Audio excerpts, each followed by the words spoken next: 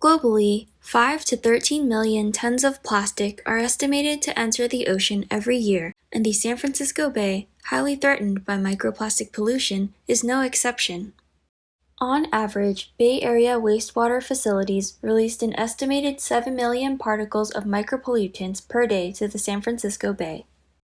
The microplastics found in the bay are tiny particles of plastic that range in size and material, but are smaller than 5 millimeters in diameter.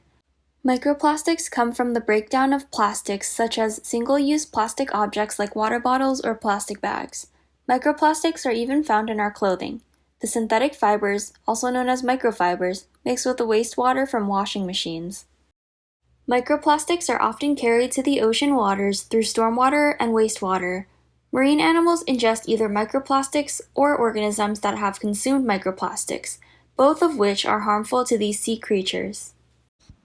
The first step taken to keep microplastics out of our waters was a ban enacted in Assembly Bill 888 on plastic microbeads in personal care products in California. This ban requires manufacturers to phase out microbeads and replace them with natural options such as seeds, nuts, beeswax, shells, or even sand. Plans to track the effectiveness of the ban have been made by San Francisco Estuary Institute scientists, who will continuously monitor the bay's concentration of microbeads entering via wastewater treatment plants. The Regional Monitoring Program for Water Quality in San Francisco has developed a monitoring and science strategy for microplastics in the San Francisco Bay, but a regional strategy for the management of microplastics does not yet exist. While there are stakeholders and companies involved with the research of microplastics, there is a role for each of us in the community to reduce micropollution from entering San Francisco Bay. Reducing microfibers is as easy as you think, and starts with reducing the microfibers in our laundry. Less frequent washing and installation of a filtration device or lint trap are some easy ways to help. Another way is to educate yourself and others about micropollution.